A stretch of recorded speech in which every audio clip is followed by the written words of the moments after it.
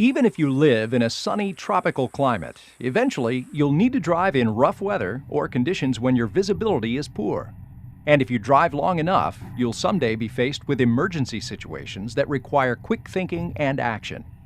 Most of the time, the skies will be clear and your drives will be free of emergencies. But it can really pay off to be prepared to deal with these situations before they happen. Whether it's rain, snow, or a car that just pulled out in front of you, being able to clearly see and be seen is critical. A great way to start is to just turn your headlights on anytime you drive. You'll be much more visible to other drivers, but you'll still need a clear view ahead, behind, and to the side. And don't forget these. In cold or wet weather, you may have to clear moisture from the inside too, but keeping it off requires help from the defroster. Set the function control to the defrost position, usually this symbol.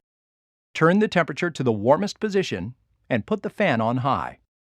If condensation keeps forming, the air conditioner will help remove moisture from inside the car. If the vehicle has a rear window defroster, turn that on as well. Ice and condensation aren't the only things that can block vision. Dirt also makes it hard to see and shortens the life of wiper blades. If your windshield gets dirty on the outside, a couple of quick sprays will usually make a big difference. While driving in clear conditions can be challenging, driving in the rain can be even more difficult. Visibility is certainly reduced. Keeping your windshield wipers fresh can help, but sometimes it's still hard to see. That's why you need to allow more space around your vehicle in wet conditions. To help maintain enough space in any adverse visual conditions, follow the sight distance rule, which says that you have to be able to stop in the distance that you can see. That means that you should be going slowly enough that if something enters your path, you'd be able to stop. As your sight distance becomes shorter, your following distance should become longer.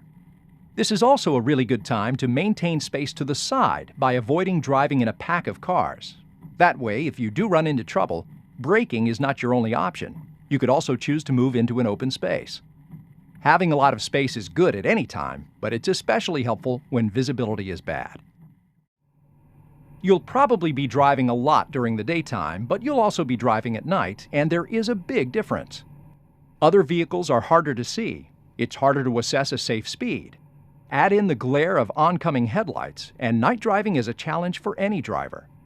Fortunately, modern cars have headlights, but to do the job, they need to be clean. Dirt on the lens can reduce light by as much as 90%, and both headlights need to be working. To check them, pull up in front of a garage door or a wall. You should be able to tell if both headlights are working, or just one, both the low beams and the high beams. If both lights aren't working, get this repaired right away. Speed plays an important role in night driving as well. Depending on your speed, even your high beam headlights may not allow you to see far enough ahead. Remember the sight distance rule? You need to be able to stop in the distance that you can see ahead. That basically means that at night, you cannot drive as fast as you can during daylight hours. If you slow down a bit, you'll have that much more time and space to respond to the unexpected. One problem with night driving is not having enough light. Another is having too much. Now you can see why it's so important to dim your high beams for oncoming cars. Unfortunately, sometimes oncoming drivers do not dim their lights. Instead of looking directly into those high beams, try looking down a bit and to the right temporarily, focusing on the white line which marks the edge of the roadside. Using the white line as a reference point can help you keep your vehicle centered in the lane, and you'll still be able to visually track the oncoming car with your peripheral vision. Then, as soon as the oncoming vehicle passes you by, bring your eyes back up and look ahead as before. Above all, when driving at night, slow down. The risk of driving at night makes it absolutely necessary to drive slower than you would under the same conditions in the daylight. Fog is another troublesome challenge to visibility. When you drive through fog, light can be reflected from the water droplets back into your eyes, making it harder to see ahead. The problem is that although you might be able to see the pavement directly in front of your car, you won't be able to see anything up ahead on the road, such as another vehicle. That's why it's so important to adjust your speed downward to adjust for the reduced visibility caused by the fog. Also, it may be tempting to use your high beams, but it's actually better to use the low beams in fog. With high beams, the fog will reflect even more light back into your eyes. Remember to slow down in fog.